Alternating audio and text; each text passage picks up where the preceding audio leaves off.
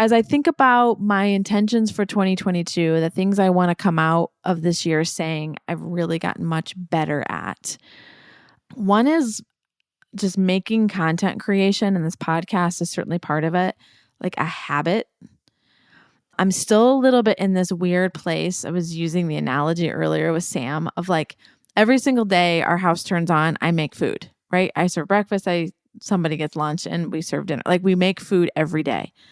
Sometimes that food is a quiche that I made out of leftovers, and it's like it's passable, but like nobody's gonna say it was amazing. And sometimes the dish is amazing. Deglazed pan, pan seared, fresh herbs, all the things.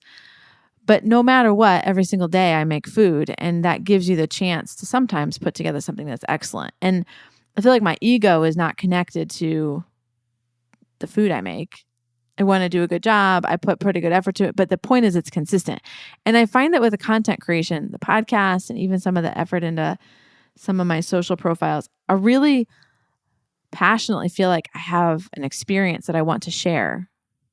Because myself at 27, 28, 32 desperately wish that I had some of the tools that my now 40 plus year old self has. So I feel really drawn to share it, but sometimes I get stuck because my ego starts to get all wrapped up in it. Like, was it good enough? Does anybody care? Are they going to like it? And when I'm in that headspace, I'm too in a place where I'm trying to be the consumer of my information and not just authentically telling the story that I've lived in my life. And I know that I'm better. It's more authentic. It's more true to who I am and to the experience I want to create when I don't try to sit on the other side of the table and figure out whether or not I'm impressed with it or not. I really just want to stay in this like creation habit. And in the same way that these like tiny increments of growth in my fitness of going to the gym and lifting 2 days a week help me move forward in my habit of long-term like self-care and being strong on my body, I want to bring that same thinking into content creation being a habit. And whether it was a great episode or an average episode or whatever, like that is not relevant to the behavior. And over time, it will get better. So I really want to get good at that, mostly because I think it will serve the content, the purist, when it's literally just a habit and I'm not trying to impress anybody. And anyway, so the other two things are, I would say, in my personal space as well. One is just being a better listener, specifically to my husband. Like life can be busy. I can be like, yeah, I know. Like my day starts at 8:32, or like, yeah, I know everybody's tired. Like I just made dinner. Let's clean up the dishes, blah, blah, blah. Like kind of rushing through it instead of just like being really available and like listening to what's going on.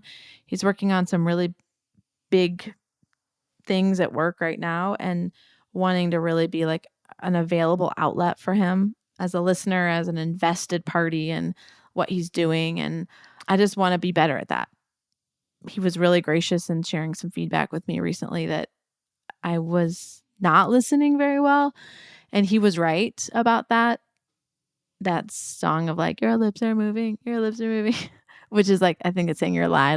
I'm not saying he's lying, but I need to be more present and I want to work at that. And then the last one is just, I would say from like the things I say yes or no to. My plan from when I first realized I was going to be a professional and have kids was to work like really, really hard while my kids were young, so that when they got to middle school, that was the kind of line I put in my head, that I could be more time available for them. My observation was that when they're young, it's a lot of caretaking. It's like physically caretaking. And when they're older, it's more heart taking. It's not that there's not like behavioral things to work on when they're small, but it's mostly kind of, keeping them safe and making sure that they've got a bath and clean clothes on.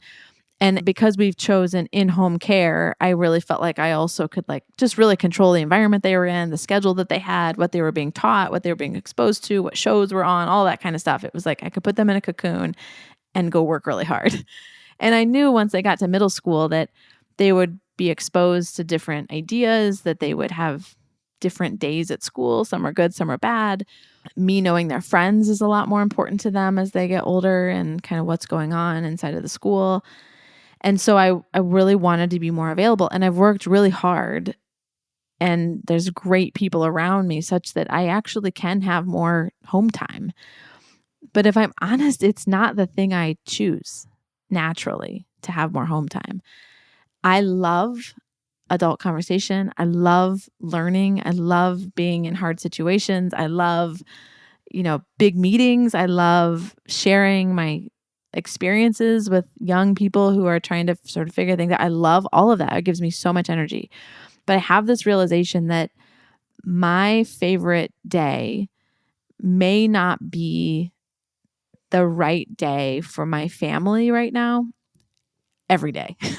So if my preference would be to work till 6:00, come home, feed everybody, do some homework, and go to bed, that my girls might need me home before that, or to finish my day at home, or whatever it needs to look like. I need to figure that out so that I can do it more sustainably. But I just have this awareness that while I've worked really hard to have a little bit more choice with my time, I'm finding I'm not taking it. And I'm finding it's because I really love it. I really love the working part. And I think that there's ways I need to maybe be more honoring to my priorities of my kids and my family, with a few slight adjustments that make it so that I am a little bit more present for them, a little bit more flexible for them, and stepping into some of that is new for me. So I don't know. We'll see how that actually takes shape, but it's something I'm setting some intention around. I'm aware of it. 2 of my 4 girls are in middle school now, so we're like clearly squarely there. And just practicing stepping into a little bit more unscheduled time, a little bit more availability, I think can go a long way for just our family culture. So that's what I'm setting attention around in 2022. I'm sure there will be some really unexpected things that also come down the conveyor belt this year, but I'm really excited and thankful for another year, and excited to continue the journey here with the Scared Confident crew as well. So what else is on your mind? Text me, 317-350-8921, 317-350-8921, and be sure to follow along on your favorite podcast app. Thanks for listening today.